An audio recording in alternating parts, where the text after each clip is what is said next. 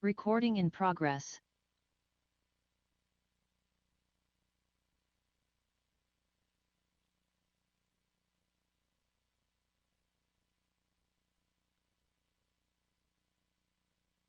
We are now live. Thank you, David. Okay, Madam Chair, ready to begin the meeting. Good evening, everybody. I'd like to call the meeting for the Baldwin Park Planning Commission for today, Wednesday, September 8th, 2021 at 7:12. And Commissioner Pena, would you like to lead us in the Pledge of Allegiance? Sure. Everybody please stand.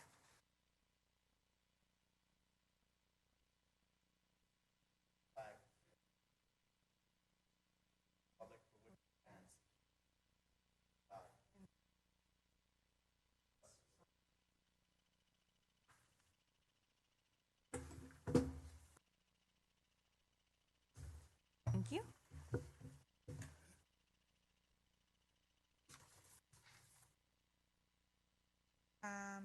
Madam Secretary, can you take roll, please? Yes, Madam Chair, I will take roll. Madam Chair Valenzuela. Here. Vice Chair Maciel Jr. Here. Commissioner Escobosa. Here. Commissioner Vasquez. Here. Commissioner Pena. Here.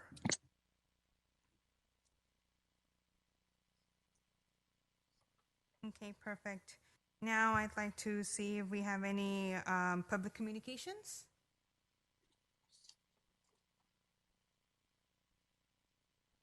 None? Okay. I'd like to move forward with closing the public communications at this time.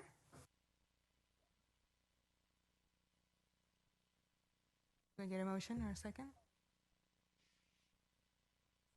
Madam Chair, you can close the public communications by direction of the chair. Okay. I like to close the public communications at this time. Any seconds? Madam Chair, Mhm. This is Robert Tafoya, the city attorney. You can just close the public communications by direction of the chair. You don't need a motion or a second. Just Okay, go ahead perfect. and Got close that. it. Thank you very much. Okay, so at this time, I'd like to close public communications. Now, moving on to the consent calendar for the first item of the agenda, the action minutes from August 11, 2021 meeting.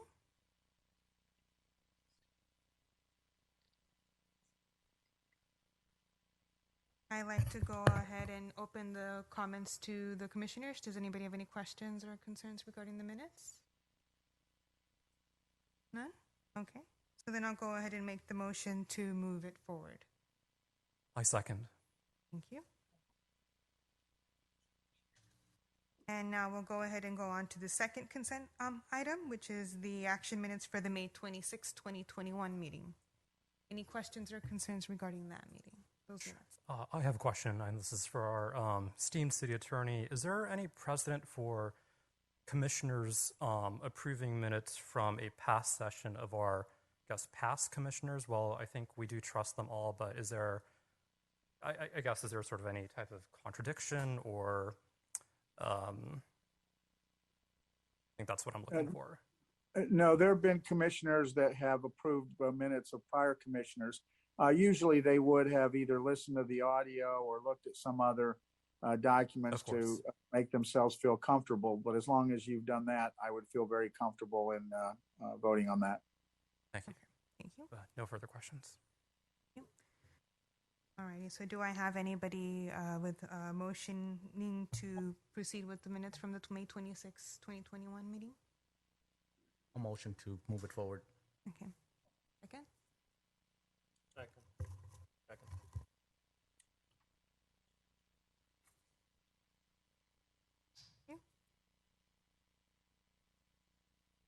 Now moving on to the next consent item, which is item number 3. I'm sorry, and then also a point of clarification. Since we did have a motion, right, since this is for our city attorney, then do we have to vote on it, or is this by just, I guess, unanimous consent by not saying anything? Usually you'll ask for a motion and then get a second. And if there's no objections, then you can consider that matter passed unanimously. Although if you wish, you can certainly ask for a roll call, but it's not necessary as long as there's no objection. Of course. If there is objections, then there needs to be a roll call. Great, thank you. And by the way, Madam Chair, the consent calendar are items 1 and 2. We're now under public hearings. And so for a public hearing, you will need to open the public hearing, ask for anybody in favor of the item, then ask for anybody against, and then have to close the public hearing. And then you can have discussion by your commissioners. Perfect, thank you. Okay, You're so welcome. at this moment, I'd like to take a look at the May 26, 2021 meeting. At this moment, I'd like to open public hearing for anybody in favor of the minutes. Oh, no, I'm sorry, Madam Chair. That number 2 is still the action minutes, which is a consent item. I Okay. thought you had passed item number 2. So pass number 2. Okay, yes. So you have passed, I believe, item 1 and 2. Yes. And then now you're on the public hearings, which is matter number 1, a request for consider. Got it. Okay. Sorry about that. Okay, so let's go ahead and open public communications for matter number 1 on the consent calendar. Madam Chair, I don't mean to interrupt, but it's very important that you say public hearing. It's not public communications. Public It's hearing. a public hearing. Okay. Yes. At this moment, I'd like to open public hearings for consent calendar, for the first matter on the consent calendar. Anybody in favor? Okay. Madam Chair, in opening the public hearing for item 1, we'll go to presentations first, Okay. and then we'll go into the commission discussion and then open for. Okay, perfect. So let's go ahead and go into the presentation first. Thank you, Madam Chair. for the clarification. Our assistant planner, Marlene Vega, will be doing the presentation.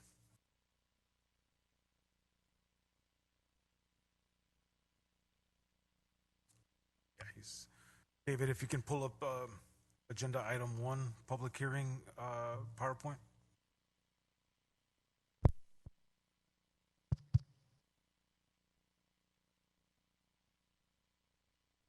Hang tight, Ron. I had them all prepared and now I can't.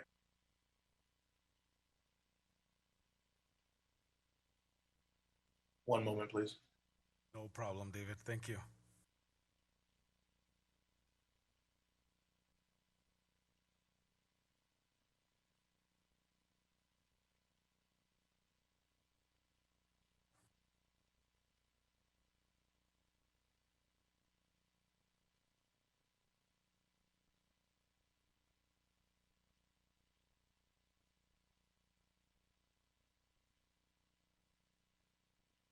Bear with me. I have to join from another device. It looks like permissions are not working right with one of these files.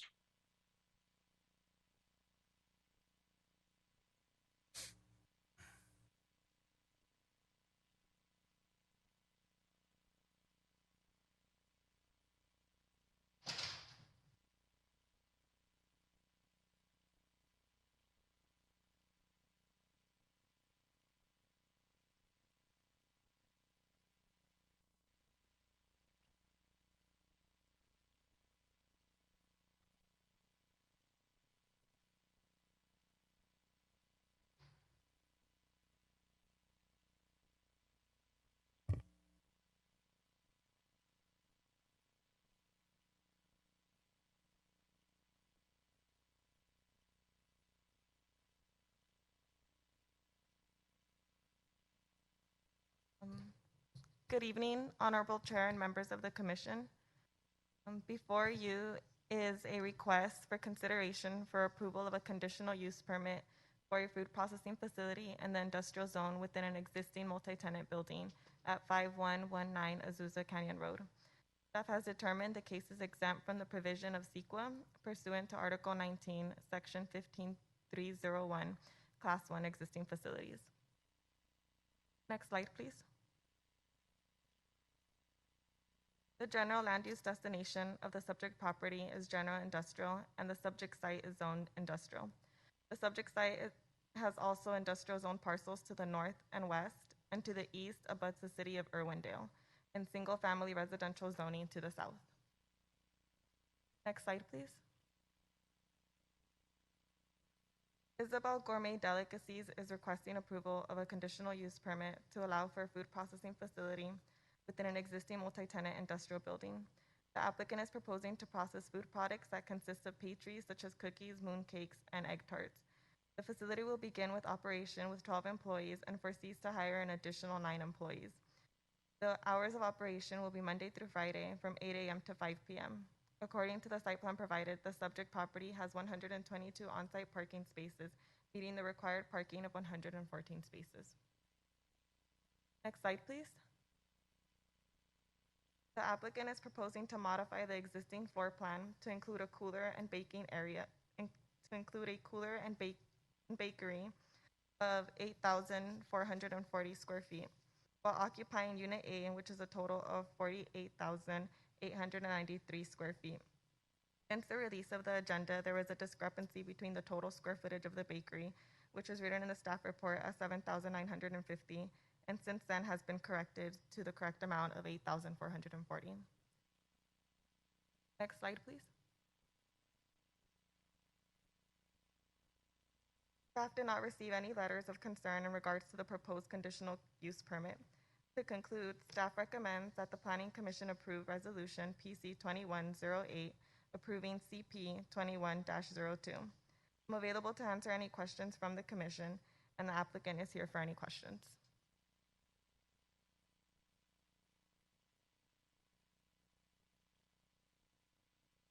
Okay, so do any of the commissioners have any comments or questions? Yes, I have a question. So there was I believe it was on the resolution itself, it said that the hours of operation shall not exceed from 8 a.m. to 5 p.m. Monday through Friday. Can you tell us a little bit more about that as far as why is that set, and then if it's set in stone or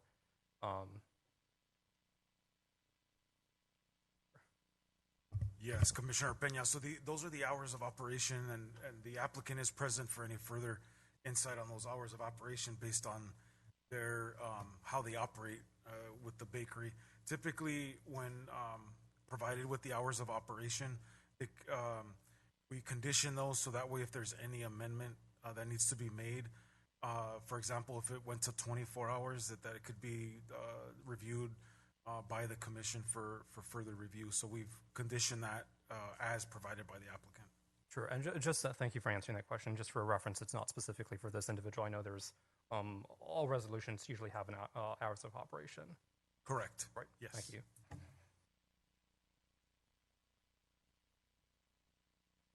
Okay, and now we'll move on to go ahead and open public hearing for the public.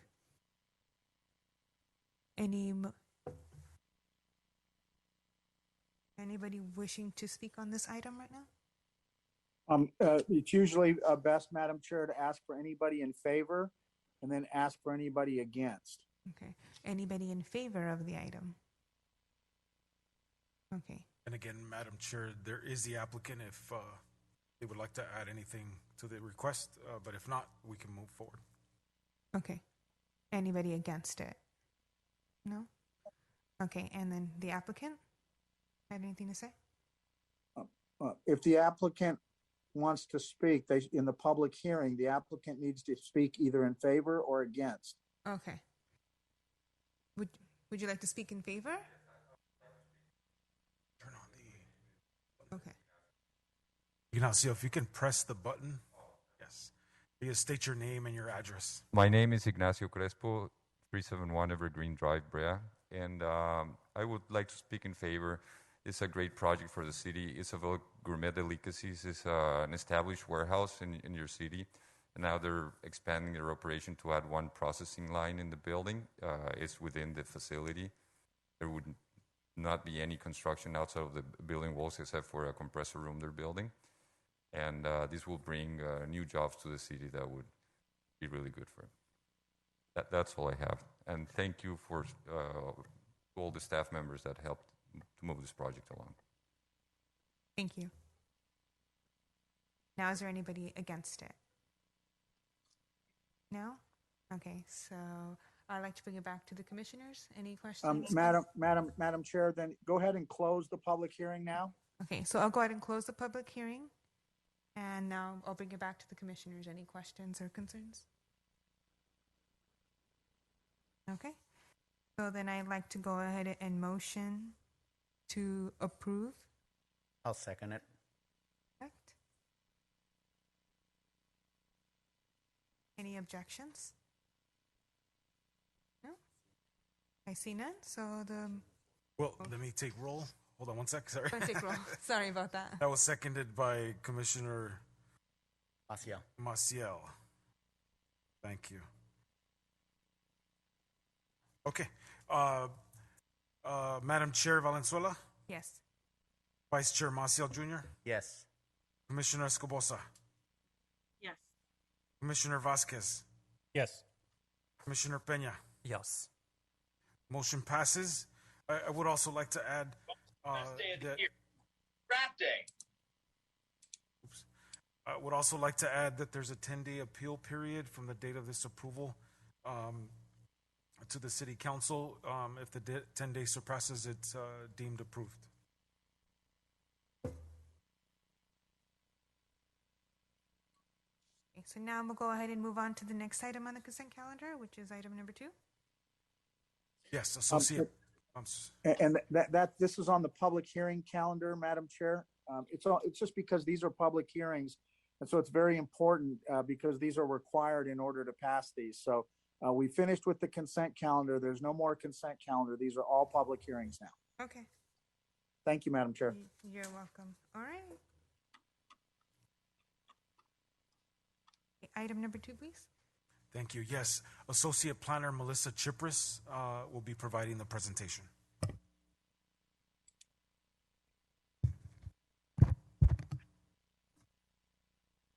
Thank you. Good evening, Honorable Chair and members of the Commission. So before you is a request for consideration for approval of a conditional use permit to allow a private health club and gym within an existing 2,750 square foot tenant space located in the mixed use 1 zone. Next slide, please, David. Thank you. The subject site is zoned mixed use 1 and is located within the downtown TOD specific plan boundary. And the site is also surrounded by mixed use 1 zoning to the north, east, south, and west. Next slide, please. To provide the Commission a brief history, so Journey Fitness began operation in the city of Baldwin Park in March 2015. At the time, health clubs and gyms, businesses opening did not require a conditional use permit, making the use in today's code legal non-conforming due to the fact that at the time of the initial business license, a conditional use permit was not required for health clubs or gyms, but they are required in today's code. So the previous owner continued to operate until they closed out their business license in August 2018. And in Baldwin Park's zoning code, it indicates that abandonment or termination of the usage of a non-conforming use, building, or structure that shall exist a reputable presumption of intent by the owner thereof to permanently abandon the non-conforming status thereof. Whenever the utilization of a non-conforming use, building, or structure has been discontinued for any reason for a period of 6 consecutive months or more. Furthermore, when the new applicant began the process to apply for a business license to continue the operation of the health club and gym, planning staff determined that the business had been out of operation for more than 6 consecutive months, therefore requiring a new conditional use permit for the business. Next slide, please. Here we have the existing floor plan, which consists of a 154 square foot office, 2 storage areas, a 22 square foot restroom, and a 1,114 square foot health club gym area. And the applicant is not proposing to modify the existing site or floor plan. Next slide, please. So to conclude, staff recommends that the Planning Commission approve Resolution PC 21-09, approving CP 21-04. Staff is available for any questions, and the applicant is also present for any questions. Thank you. Perfect, thank you. Okay, so at this moment, I'd like to, any questions or comments from the planning commissioners? I do, ma'am. Ron, can you confirm, understanding this, the business has been operating since 2015. And then there was a new ownership in 2018, correct? Yes, Commissioner. So they did begin operation in 2015. In 2018, the previous business owner closed out the business license. Yes, and then the new owner, which came in, correct me if I'm wrong, in 2020. So it had been more than 6 months since the business was operating with the with an approved business license, which is what triggered the conditional use permit application to be required. Thank you. Sure. So if the business started around 2020, so then it was required to do a conditional use, conditional use permit, right? But I understand that the business has been operating for almost since we're almost at 2022. So, did you see where I'm coming from? Yes, no, that is correct. So again, just kind of a brief timeline. So at the time when the initial business owner opened their business license, a CUP was not required. But in today's code, it is required. So making it legal non-conforming.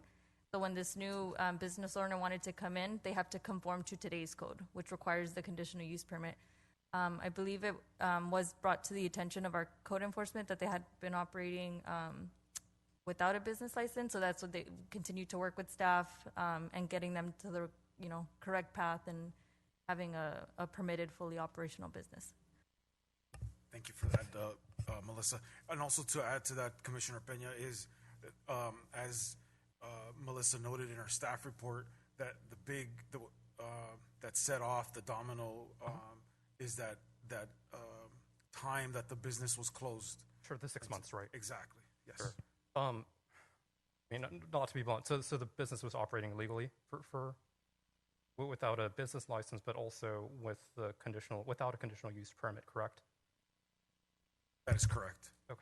And in good faith effort, and they've reached out to staff in correcting the issue would essentially, before you, if they were to obtain approval, would essentially bring them up to code and operate as they were operating before under the legal non-conforming status. Sure, but that trigger of as far as sort of good faith was due to sort of code enforcement, right? Yes, yes. So typically, pretty much anyone can operate so sort of illegally, right? I mean, it's sort of given me that impression as far as, at least you have to sort of, not to sort of compare and contrast, but then you have just sort of the first applicant that we had, actually did do the due diligence and started, applying for a conditional use permit. But then sort of you have this other applicant here also. Yeah, okay. So I'm just talking out loud. I'm sort of processing everything.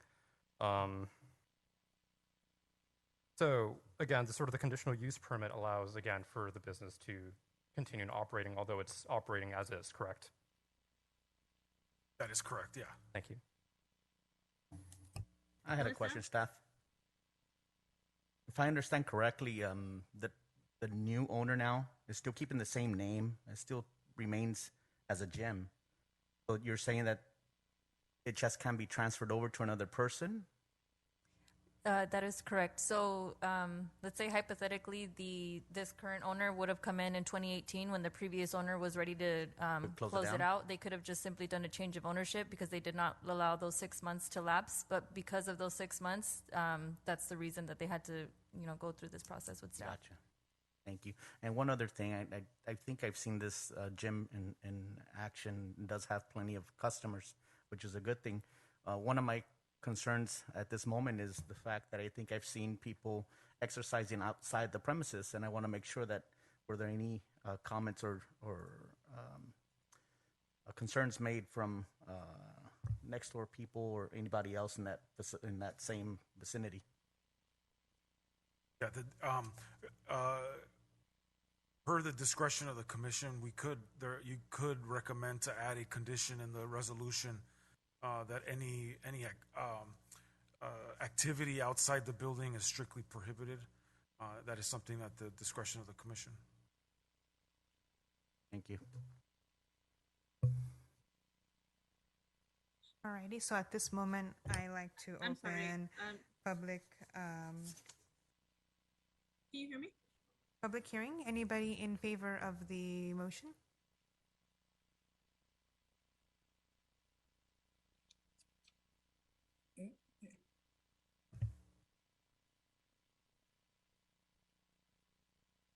Commissioner Escobedo? Escobosa. Sorry, I just need final clarification. The building is now up to code. I'm sorry, can you just speak just a little louder? We're having trouble. And David, if on your end, whatever you can do to increase the volume would be great. I don't have those controls. Hello? I don't have control of her mic gain, but she's asking if if it's operationally up to code right now.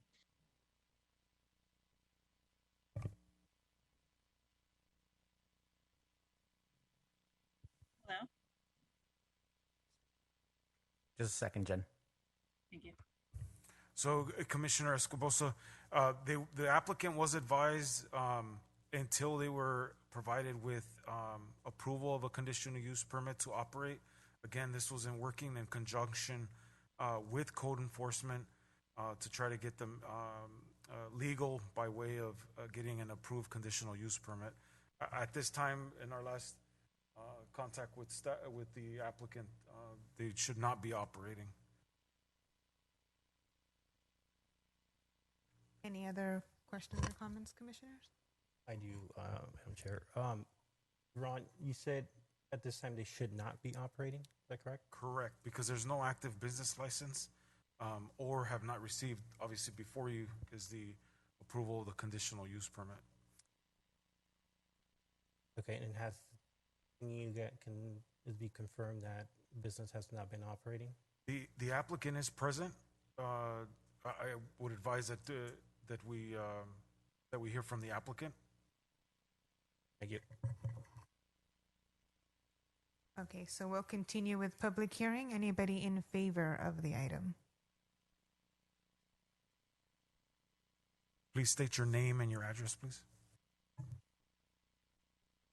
My name is Jose Lozano. I'm the applicant. Address is 111 South North San Gabriel.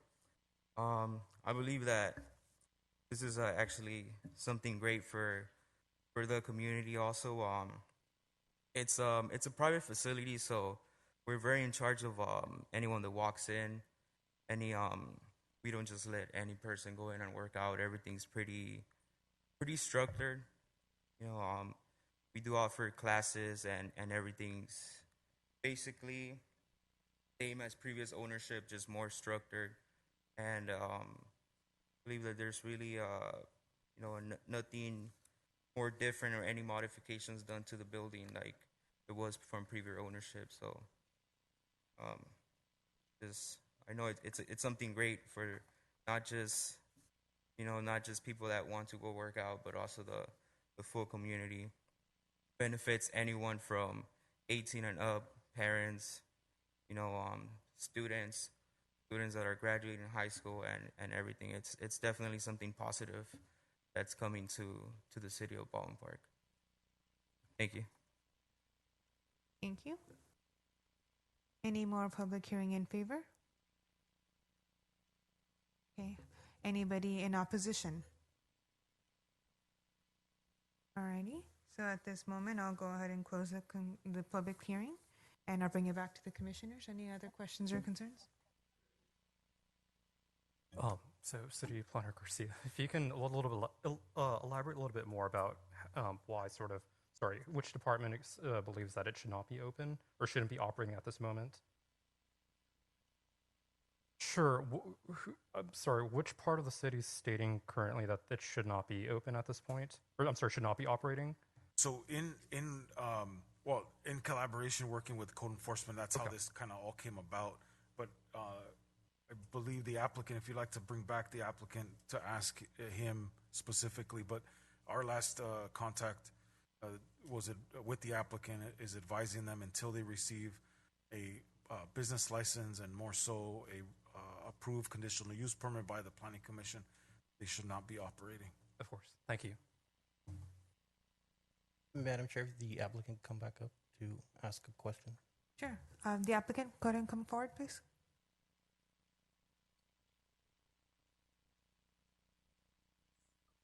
Yes, Mr. Lozano. So the question was, have you been operating while your permit has been in process? I was at first when I wasn't aware of everything, and then I did get I got a warning letter or a note. So that's when I started processing my CUP and everything. So we did get an architect to everything to come back and do, and I was told since it was a change of ownership and it was an existing business that really not much needed to be done besides just turn in that CUP.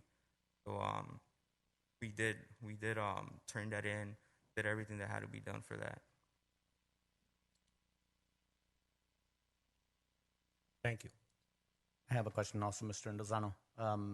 Like I stated earlier, I've seen it in operation years back, and I clearly remember people running, I guess, in front of other businesses.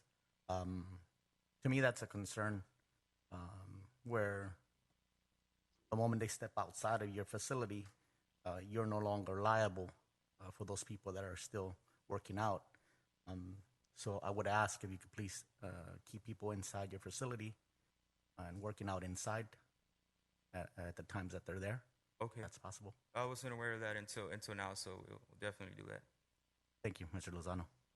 I'm sorry, one more question. Mr. Lozano, so I understand you have Journey Fitness, but you're also operating currently a restaurant, correct? Under the same name? Correct. Okay. It's not the same name. It's cafe at the end, so it's definitely both of them are different, separate. They're both done as a sole prop, so they're all different.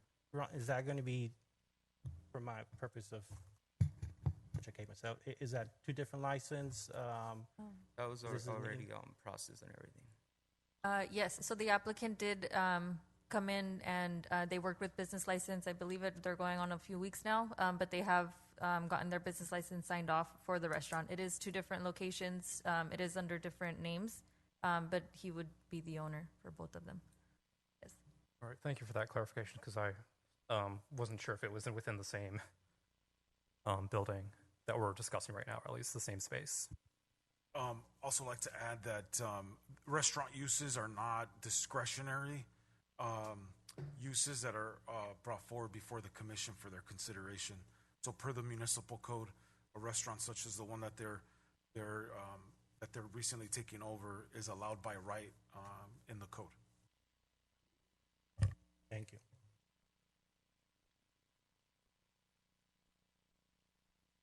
Okay, any further questions or concerns, comments? No? Okay, so then I'll go ahead and look for a motion. I'll go ahead and motion to approve the conditional use permit for this facility. With the amendment to please, the condition is that all workout is to remain inside the facility. Okay. Any seconds? Second. Okay, motion. Go ahead and take a roll, please. Yes, thank you. Madam Chair Valenzuela, Yes. Vice Chair Maciel Jr., Yes. Commissioner Escobosa, Yes. Commissioner Vasquez, Yes. Commissioner Peña. Abstain. Motion passes 4-0. 4-0. Thank you. I'd like to also add, That's 4-0 with one abstention, Ron. yes, 4-0 with one abstention. Thank you, Mr. City Attorney. I'd also Thank like you. to add that this application, such as the one that was previously heard by the commission, there is a 10-day appeal period in which the commission's decision may be appealed to the City Council. Thank you. All right, thank you. And now we'll go ahead and move on to consent item number 3, please. Yes, thank you, Madam Chair. Associate Planner Melissa Chipris will also be providing the presentation.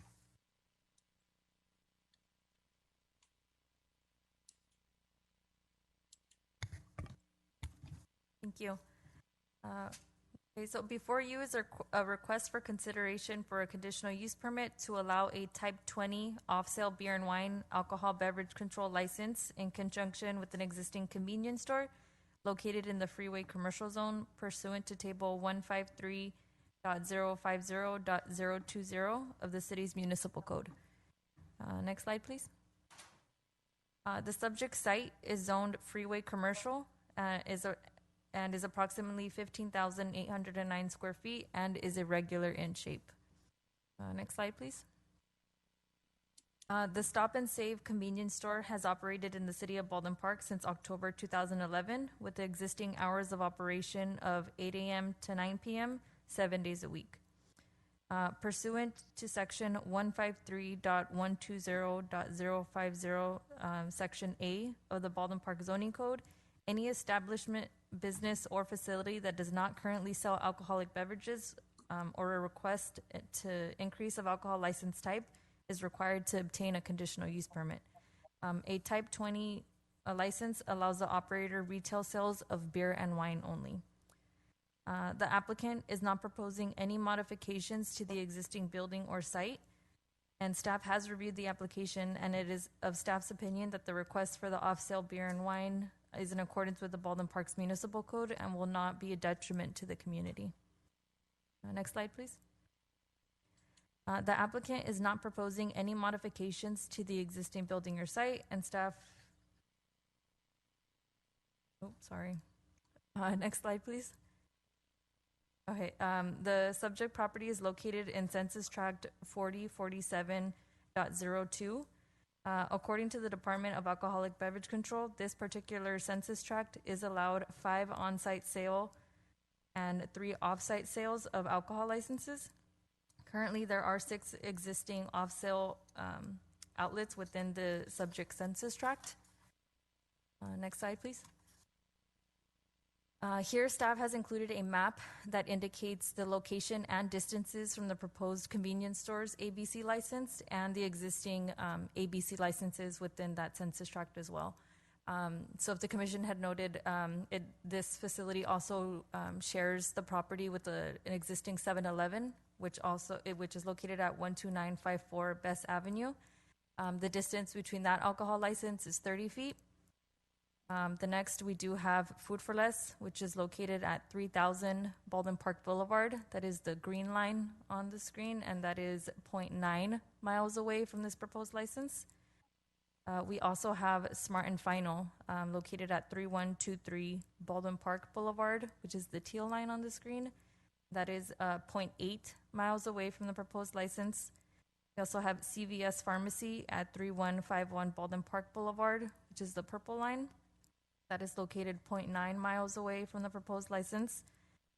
We have Target at 3100 Baldwin Park Boulevard, which is the black line, being the furthest away at 1.3 miles. And lastly, we do have the Chevron gas station located at 3160 Baldwin Park Boulevard, and that is the red line, and is 0.8 miles away from the proposed license. Next slide, please. Okay. So again, it is of staff's opinion and after review that this license would be in accordance with the Baldwin Park Municipal Code and will not be a detriment to the community. So staff does recommend that the Planning Commission approve Resolution PC 21-10, approving CP 21-05. Staff is available for any questions, and the applicant is also present for any questions. Thank you. Okay, thank you. At this moment, I'll go ahead and open communication for the commissioners. I have a question for staff. For this particular track, you said 5 are allowed, but we have a total of 6. Can you explain that again to me, please? So ABC allows 5 on-site sales, so that includes restaurants, restaurants, and then 3 off-sale. So convenience stores, retail shops, like that. So it's 5 So it's 3. Either Off sale. or 5 off sales, 5 on Yeah. site. Yes. So total of 10 practically. So Commissioner Maciel, so there's in that designated census tract, there's 2 types of licenses that are allowed with the maximum number. And so for off sale, it's a total of 3, and for on site, it's 5. So for a total allowed for both types of ABC licenses, 8. So with this added ABC license, it would now be 9. I'm sorry, I take that back. I'm just confusing you even more. But with this added and with the addition, would be a total of 7 licenses. So they already exceed the number of allowed for off-sale alcohol, which is a total of 3. When you say off sale means like Target is off sale, right? Correct. That is correct. Target, Yeah. CVS, Correct. Chevron. Correct. Those are not considered restaurants, so that's off sale. That's correct. So it designates 2. There's on-site and then there's off-sale. So your on-site are your restaurants as presented, Right. and then So your off-sale is what's indicated in the chart. So there are more off-sale than there is on-site. So there's no on-site. you said the allowable off sale is how many? 3. 3 Off sale? off sale. So what is King being considered then? Off sale? Off sale. Because it's a convenience store. I guess my confusion is if it's 3 and we already have on that census track 6. 6, including 7-Eleven right next door. That's off sale too. That's correct. So with all of them, there's a total of 6 existing off-sale licenses. With the allowable being 3. Correct. So there's an over concentration based on on the census tract per the Department of Alcoholic Beverage Control. So again, the CUP, just like the other 2 that were presented before you, is also discretionary. This is a discretionary action for your consideration. And so maybe I can assist in some clarification here, Madam Chairman. An overconcentration is just one factor that you consider. It doesn't mean that if there's an overconcentration that automatically is disallowed. That's not what that means. And so the ABC does these, these guidelines for cities. And then that's why this is a conditional use permit, because it's discretionary. You can either allow it or you can disallow it. But the overconcentration aspect is just one factor that you consider. It does not mean that it's not allowable. I think maybe that might be the confusion. Thank you, Counsel. Is there any historical knowledge of perhaps other factors that we might need to consider, or at least for past commissions, what led them to go past sort of the, guideline of 3? Commissioner Peña, to answer your question, I can't provide you, I don't have the institutional knowledge of the previous commissions that have approved, especially these, the ones that are already approved within that census tract, as far as what their basis for approval was. But I will say that they're very similar to what's before you, depending on its age and when they submitted the application. Could have been a little different of a code change. For example, some of them may have been approved when the city council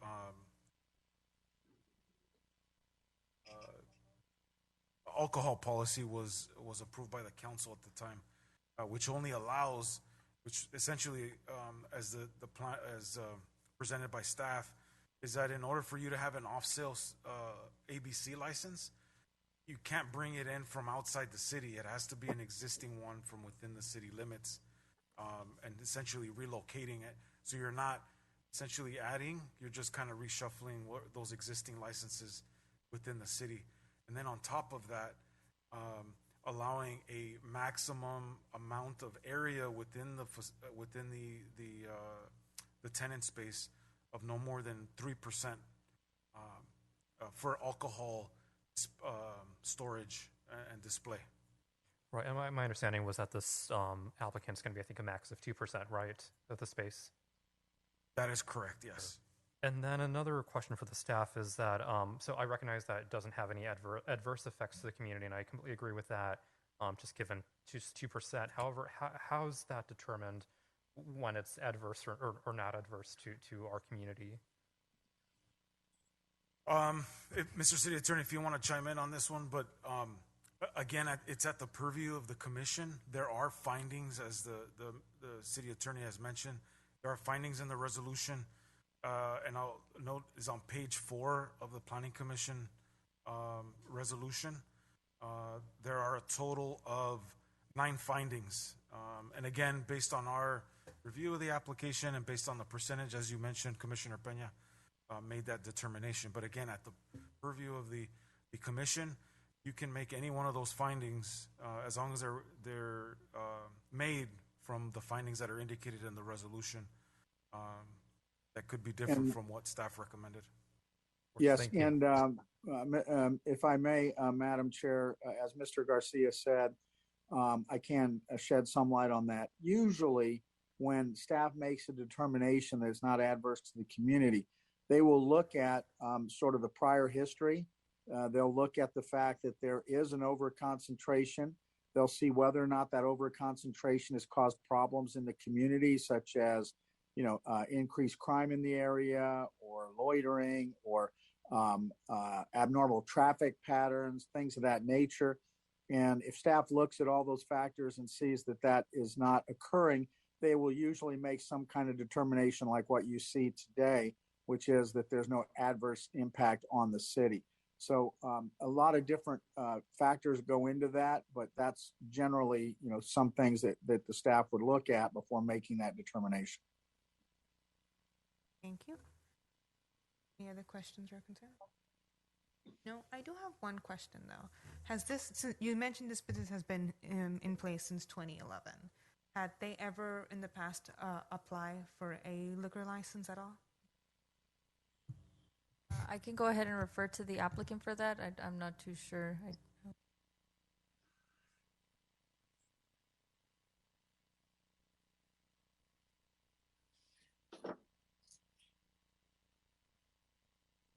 Hi, You can state your name and address, please. my name is Krista Garitano. My address is 5243 East Beverly Boulevard, Los Angeles, California. An associate with Liquor License Agents here with the applicant. He is here as well. He has not applied for a liquor license in the past. He has owned this property for many years. He's been a member of the community for over 30 years. One of the things that we did ensure was that the license is coming from within the city of Baldwin Park's boundaries. That was one of the things that we wanted to ensure so that there wasn't an increased net of licenses. So he did go above and beyond as far as making, the purchase for the license well above market value to ensure that there wasn't any over, the total of number of licenses within Baldwin Park would be increased. Some history about himself. He took this place from a hardware store to a family convenience market. It really sells everything from grocery goods to produce to beauty supplies, grains, cereals, you name it. The reason he's applying for it now is because his customers have asked about it. And while there is the 7-Eleven within the shopping center, he already has his niche of customers. He's not really anticipating that this is going to bring in a new market. He's really just looking for this to be an all-inclusive store for the families that come into play, into his place. Very hands-on with his day-to-day activities. He's there almost 90% of the time. He's very hands-on with his employees. He has 3 other employees that are on site, and they meet daily just to talk about goals and operational, ideas for the day. So with this, he's dedicated to enrolling each of them in an approved ABC licensing program. And that will be one of the discussions that they have per day, just to make sure on-site training occurs, observations will be made, and really just to ensure the safety of his customers and his staff. Like I said, security is a main thing for him. He does have 10 security cameras located throughout his store, both interior and exterior. And just based on conversations that I have with him, he can go into further elaboration, but he does also have a good communication and relationship with the local enforcement. He maintains his records of those security cameras on site, and if ever needed, they are available on request. So ultimately, like we mentioned, it's less than 2% of the square footage of his total store, very minimum as far as what he's really offering there. So it's mainly just for the convenience and really to satisfy the customers that he does have. Perfect, thank you. Any other questions or comments from the commission? Okay, then I'll go ahead and open public hearing. Anybody in favor of the matter?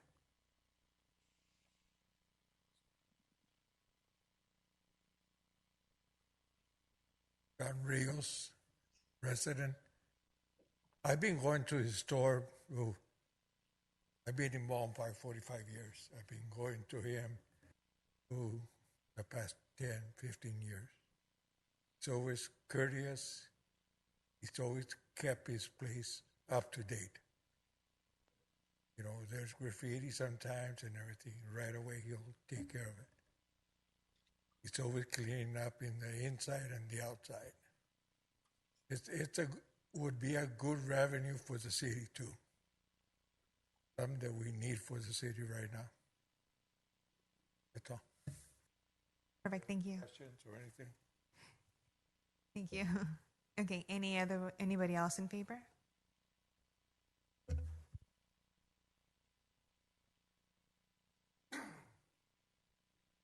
Yes, my name's Ramon Perez, and as he stated, he's been there for a long time. He's very hands-on with the community, very hands-on with his employees. He's the only person I know that would take time out when the pandemic hit. His former employees that came down with it went, bought groceries, took it to their house. So he's very, very, engaged with the community. His former employees, current employees, customers, everybody respects him. Matter of fact, a lot of his customers don't even know he's the owner because they see him out there cleaning, sweeping the floors in the parking lot, in the store. They think he's a box boy there. But he's very respectful to everybody, and I know all of his customers that go there appreciate him, and we could use something a little bit extra there so we don't have to go to another location to get any alcohol beverages or anything such as that. Thank you. Okay, any else in favor? Anybody in opposition? Okay, I see none. I'll go ahead and close now the public hearings. Now bring it back to the commissioners. Anybody have questions or concerns? No? Okay. Madam Chair, I'll make a motion to go ahead and approve. I'll second. Perfect, thank you. Can I get roll call, please? Madam Chair Valenzuela, Yes. Vice Chair Maciel Jr., Yes. Commissioner Escobosa, Yes. Commissioner Vasquez, Yes. Commissioner Peña. Yes. Motion passes. Again, this application has been approved by the Planning Commission. There is a 10-day appeal period in which the commission's decision may be appealed to the City Council. Thank you. And for the record, Mr. Garcia, the motion passes 5-0. Thank you, Mr. City Attorney. Thank you.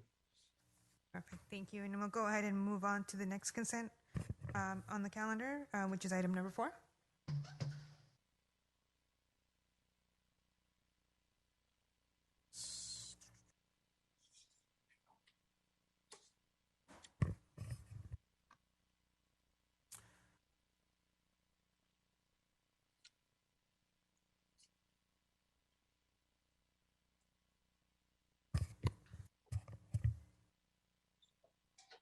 For clarification, can we go ahead and move on to item number 4? Thank you, Madam Chair. Again, thank you, Madam Chair and Commissioners.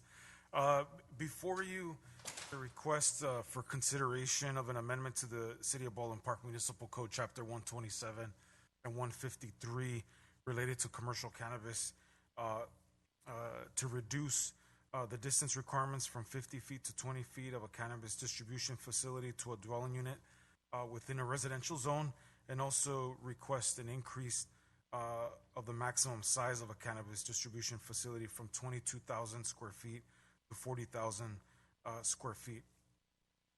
Next slide. Again, the applicant, Baldwin Park Distribution LLC, aka EASE, is requesting those amendments to the cannabis ordinance related to distance from a residential building on a residentially zoned property from 50 feet to 20 feet. And then second, to increase the maximum building size from 22 to 40,000 square feet. In addition to the staff, the applicant's request, staff took this opportunity to also just go through some cleanup within the municipal code, within the cannabis ordinance, for consistency throughout the ordinance. Next slide. The site is proposed to exclusively operate a commercial cannabis distribution facility. The property is located at 14030 Live Oak Avenue and is within the industrial commercial zone. The total lot size of the property consists approximately of 113,387,000 square feet and a building size 36,174 square feet. Again, this slide shows you the aerial view of the location on Live Oak and Arrow Highway at the corner, and it's identified in the yellow area. And then to the right of that is this is what we use as a general overview of the cannabis, call it a cannabis zoning map, which identifies the areas that allow for cannabis use. So you can see that in the green area along Live Oak and also abutting residential uses to the south. Next slide. To provide some context to the commission on a history of the cannabis ordinance, just recently, the most recent change to well, let me first start off when the cannabis ordinance was adopted in August of 2017. The council adopted to allow for medical adult use of and manufacturing. I'm sorry, let me take that back. For adult cannabis of manufacturing, cultivation, and distribution. And then the most recent code amendment that happened was in 2019. The council approved ordinance 1442 and 1443, and there they reduced the distance requirement from 50 feet to 25 feet from a dwelling unit to a manufacturing use for the production. It's a very specific change here for the manufacturing of edible products. So that change, and also use that opportunity to clean up some other areas of the cannabis in ordinance for consistency. So that was done in 2019. Next slide.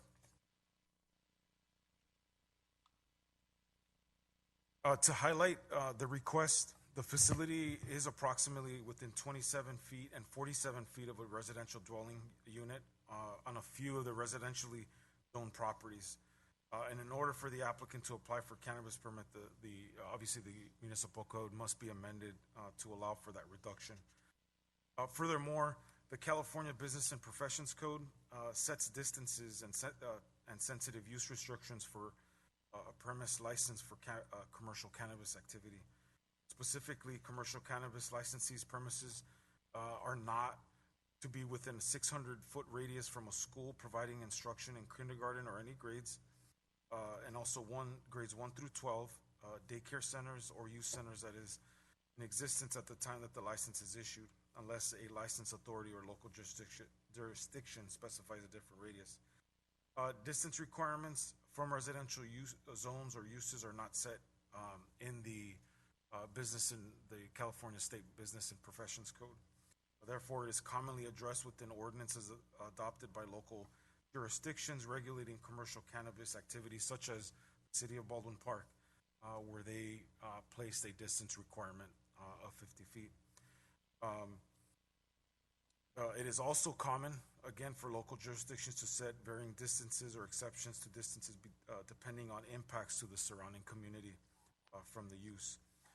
With the review of the application, staff surveyed 16 cities throughout Southern California related to distance requirements for cannabis distribution uses to residential properties. 9 of those cities had a zero distance requirement. The remaining did not allow for cannabis distribution within their jurisdiction. Furthermore, the applicant also indicated that in many cities and unincorporated areas within California have adopted cannabis regulations and ordinances that do not have distance requirements for commercial cannabis distribution. And those include, the cities of Williams, Arcata, Goleta, San Leandro, Costa Mesa, unincorporated Alameda County in Northern California, Imperial County, and LA County. In addition to that request, the applicant is also requesting, again, to increase the maximum allowed size of 22,000 square feet to 40,000 square feet for a cannabis distribution facility. The facility is, again, approximately a little over 36,000 square feet. And in this case, needs a code amendment to address that size limitation. In this case, the applicant also held a community meeting in preparation for the proposal on April 29, 2021 to inform the surrounding neighbors of their proposal. The applicant also completed door-to-door outreach on May 5th to all owners and occupants within 300 feet of the property. The community meeting notice as provided to the commission for their review, indicating the date of the community meeting that went out to those residents and occupants. And finally, next slide. Finally, should the Planning Commission recommend approval to the City Council, the modification will not affect the zoning or general plan designation of the subject property. And furthermore, the subject property would remain bounded by the development standards contained in chapters 153 and 127 relating to cannabis use. Staff recommends that the Planning Commission adopt resolution PC 2111, entitled "A Resolution of the Planning Commission, City of Baldwin Park, recommending that the City Council amend the city's municipal code chapter 127 and 153 relating to commercial cannabis use." That concludes staff's presentation.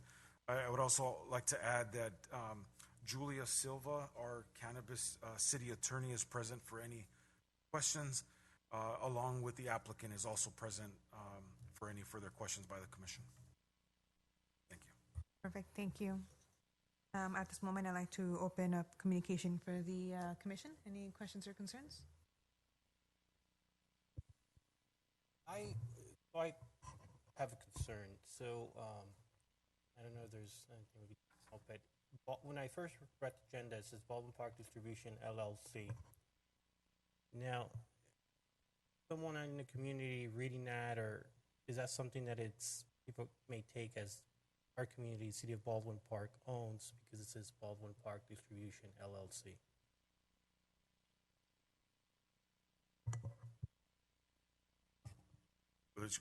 That's the applicant's, that's the name registered as their business name, as Baldwin Park Distribution. That's indicated in their application, and that's why it is noted in the staff report as the applicant.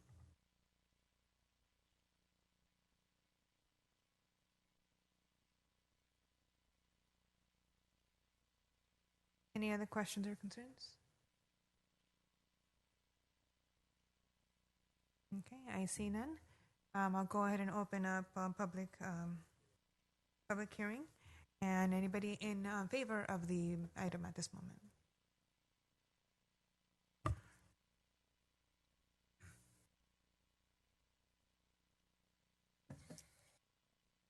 Okay, David, if you could bring up the applicant's presentation.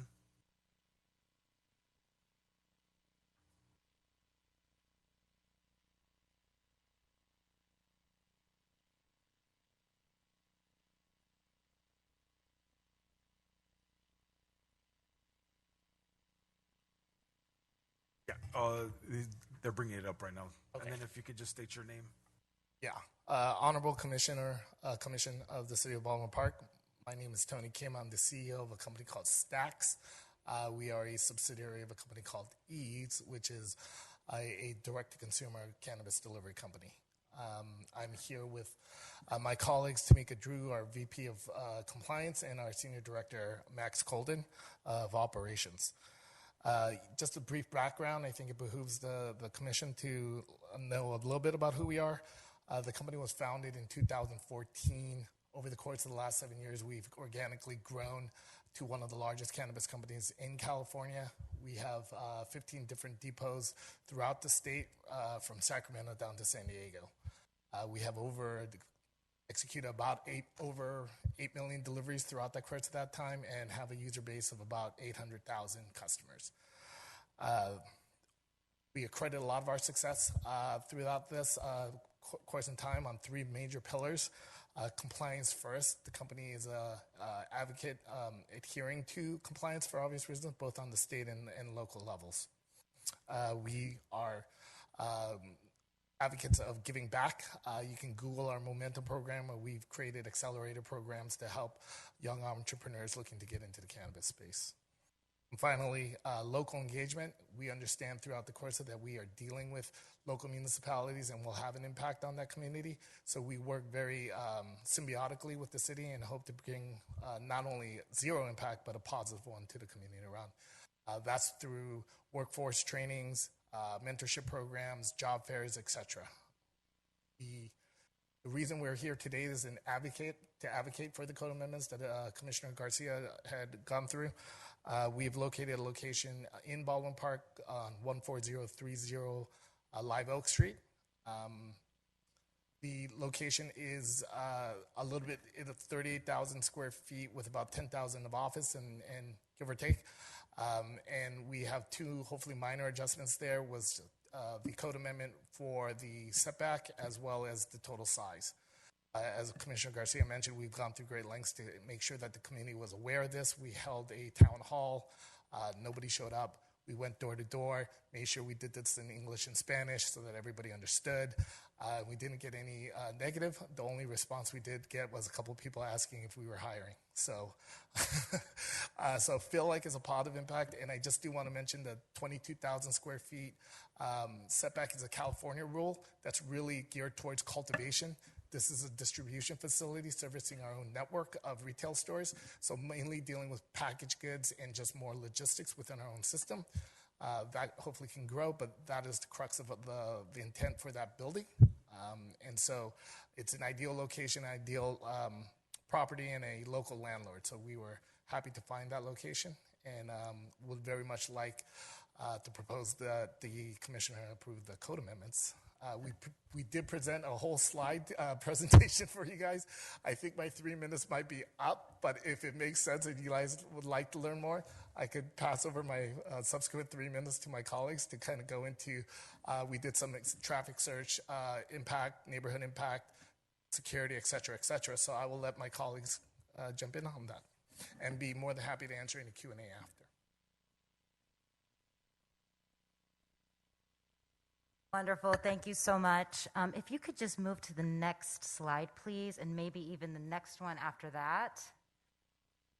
Wonderful. I will just, and I know that Tony covered this, but I will just quickly kind of talk about our code amendment requests, and just want to really thank the City of Baldwin Park and thank the Planning Commission for all of your hard work and ensuring that there's a path for cannabis companies to kind of flourish and thrive in the city.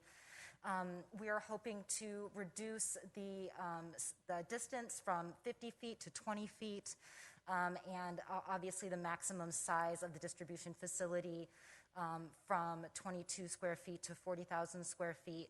And this is really to just bring it into kind of being a little bit more in line with exactly what the state guidelines around distribution are, and really understanding that we are willing and committed to going above and beyond to ensure that we are implementing odor mitigation strategies.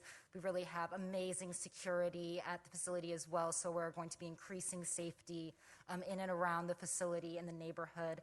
And we're really, really committed to every single community that we enter to building a great relationship with the community and ensuring that we're working closely with the city to be great partners. We could move to the next slide, please. As we were really researching the city of Baldwin Park and trying to determine if we would be a great fit, we really found that the goals for the general plan within the city of Baldwin Park and our goals as cannabis operators were 100% in line, that nothing within the code amendment would adversely affect the surrounding properties or the community in any way, and it's also just in line with the general plan goals of Baldwin Park to be increasing industry and to be ensuring that we have consistency, and also that the City of Baldwin Park, the Planning Commission, and that the City Council is really has the power to ensure that those development agreements have everything within them to make sure that there are really good, solid operators operating the City of Baldwin Park. And that's very much what we have the experience of being and what we look forward to being if we are able to come to a development agreement here after a code amendment is passed. Thank you so much, and I would like to invite Maxwell Colden up to speak just a little bit about our traffic circulation study and some of our other studies. Thank you so much. Good evening. Thank you for hearing us tonight. In speaking about the traffic impact, one thing I'd like to note that Tony said is this distribution facility is going to be for our own retail network. So we're not going to be doing 200 deliveries a day. We're not a distributor going out and trying to be the largest in the state. Our goal is to quickly and efficiently get product to our retail stores. As Tony mentioned, we have 15. So each of those stores has one, maybe two deliveries to them a week. So we're talking about, at most 30 trucks going in and out for deliveries. And we wouldn't expect to receive more than 3 or 4 truckloads of product on any given weekday. So the traffic impact is going to be negligible, and we're going to be entering, from and exiting onto Live Oak Boulevard, and judging by everything that we have done, taking a look at the traffic studies, it is going to be a negligible impact, as well as for the surrounding neighborhoods as well. It's also very close to the 605, which is the freeway that we are primarily going to be using. It's a straight shot just about a mile down the road. So we're not, taking long truck hauls down Live Oak Boulevard the other direction, and we're not going to be jamming up any smaller streets as well. You can move on to the next slide. So the neighborhood impact, one thing I'd like to really take note of is, a good security plan and security system is not one that responds well to an incident. It's one that prevents an incident from ever happening. And so we have a robust security plan that we're ready to implement once we know that we can get approval for the development agreement.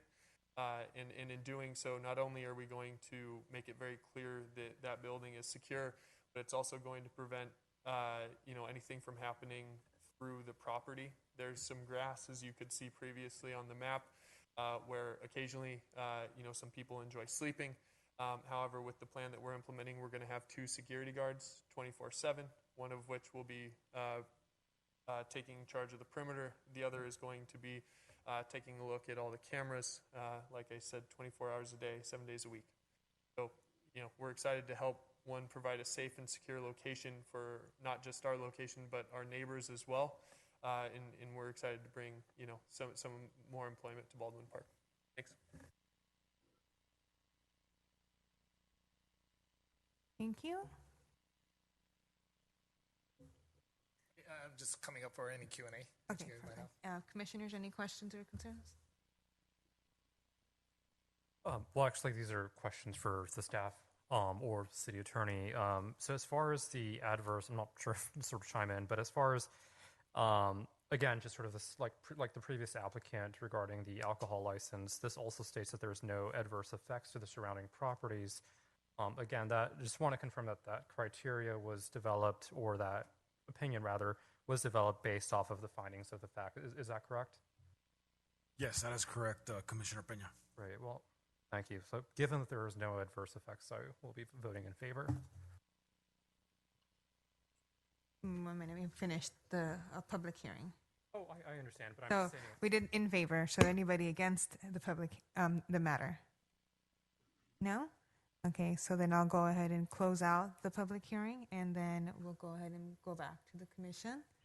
And Madam Chairman, if I may, for just a minute, I think it's also important to note that the applicant did do a presentation, as I recall, before the city council. And one of the things that the city council had asked them to do was to make sure and send out notices to the surrounding community and give notices to them to see, you know, if there were any concerns in the community. It's my understanding that the applicant did do that and that they didn't receive any negative comments from anyone in the community. Okay, perfect. Before we go ahead and move on, I do have one question that it came to my mind right now.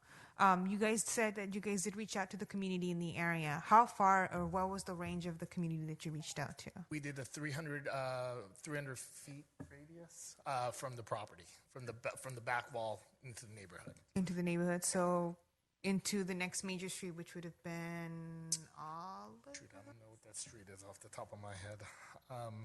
So there's Live Oak on the front-facing side of the building in the property industrial park, and then there's the two side streets, and then the back wall is where it's the setback with the neighborhood. We did the 300 radius from Right both behind. sides and back. Okay, perfect. And you didn't get anything. No, and we did the town hall. Nobody showed up, so we did one step further and went actually door to door and made sure we dropped off the flyer and information pathway. And if they had any questions, to contact either the company and or the city. Okay, perfect. Thank you. Madam Chair, I'd also like to add that in preparation for this hearing, all owners and occupants within 300 feet, as the applicant had indicated, also received a city notification letting them know of the code amendment. Staff did not receive any letters of concern, emails, or calls regarding the request. Perfect. Thank you. Okay, commissioners, any questions or concerns? I have one question. The security guard you're going to have on premises, are they fully armed security guards for safety? Yes, they will be armed. Perfect. And I truly appreciate the fact that you guys have chosen a location that's further away from the schools where the previous distributor was actually located, because that was a real problem to have someone so close to Baldwin Park High School. I commend you for choosing a location that's more out in the industrial area. I think you're neighbors with Waste Management, if I'm not mistaken. That's correct. Yeah. But you guys chose a good location, so I commend you for that. I have no further questions. I have a question. This going back to security. Our security officers, is the proper license in California? I'm sorry, I didn't make you out, Commissioner. I'm sorry. The security guards, are they properly licensed? Oh yes, of course. Licensed with PPO and security guard cards? Yes, of course.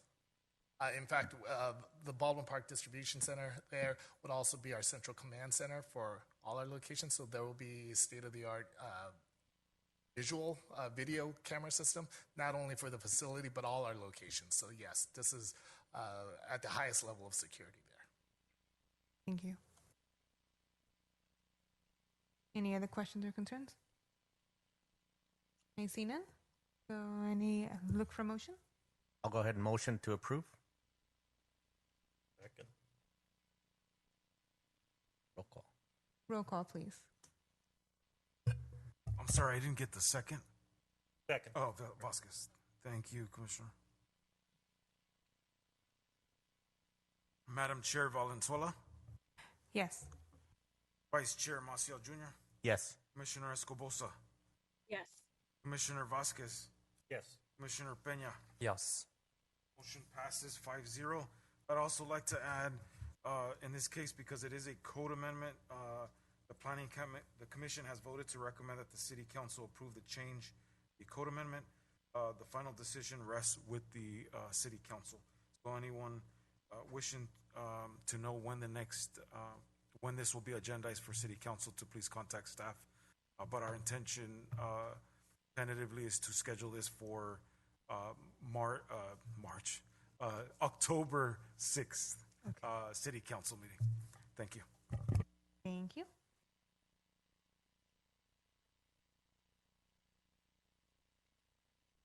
All right, and now we'll go ahead and move on to our staff report.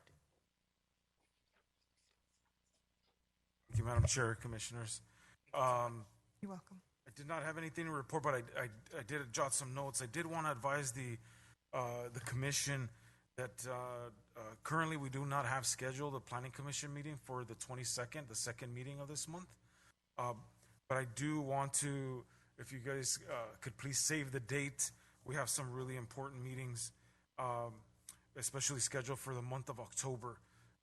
We do have a planning commission meeting scheduled for October 13th and also October 27th. The October 27th is imperative that that your attendance is made at that meeting. It'll be a joint special City Council Planning Commission meeting.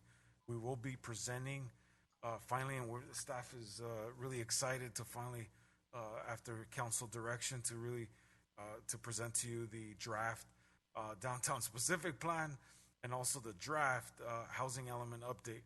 And these dates are really key in order for us to comply with the state requirement, the state deadline for the housing element. So we're really excited to present those two documents to the commission and the city council and also the community, because we've been really working hard these past 2 years in accomplishing that.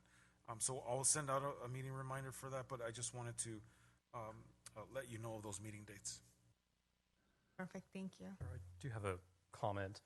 Just wanted to, I know last, our first meeting, we didn't get the chance to have either Melissa or Marlene introduce themselves, but I just wanted to say just thank you so much for the presentations and also for the reports. It was really helpful in preparation for today's meeting, so thank you so much. Yes, thank you for that, Commissioner Pena. Likewise, I'd like to second what Commissioner Pena mentioned. It was nice to meet everybody and get a face to the name and whatnot. So thank you again and for presenting everything as well to our city attorney. Our pleasure. Thank you. Thank you, Madam Chair. Now, any commission staff communications? I have questions. So currently for the staff when I was driving around and noticed a couple projects are still in the process in our community, like the ones by Target where the taco ready to be. Can we get a status or update on those projects that were approved or were in process before we came on board? Oh, absolutely. Yeah, I can do that. And we'll go ahead and put that. We'll also include some of those that you do see, the ones that you just noted, are approved ministerially through staff administratively. So some of those you'll find that do not require commission consideration, but more than happy to provide that status to you. And then please feel free to provide us with feedback on if there's anything missing that you would like to see on there as well. Thank you. Perfect. Any other comments or community? No? I see none.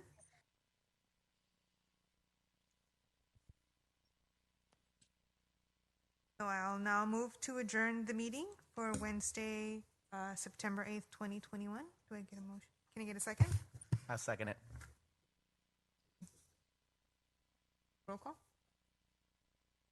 Yes. Madam Chair. Sorry, let me just get the junior still on second. Okay. Madam Chair Valenzuela? Yes. Vice Chair Maciel Jr.? Yes. Commissioner Escobosa? Yes. Commissioner Vasquez? Yes. Commissioner Pena? Yes. Motion passes. Good night, everybody. Thank you. Good night, Madam Chair. Good night, everyone. Recording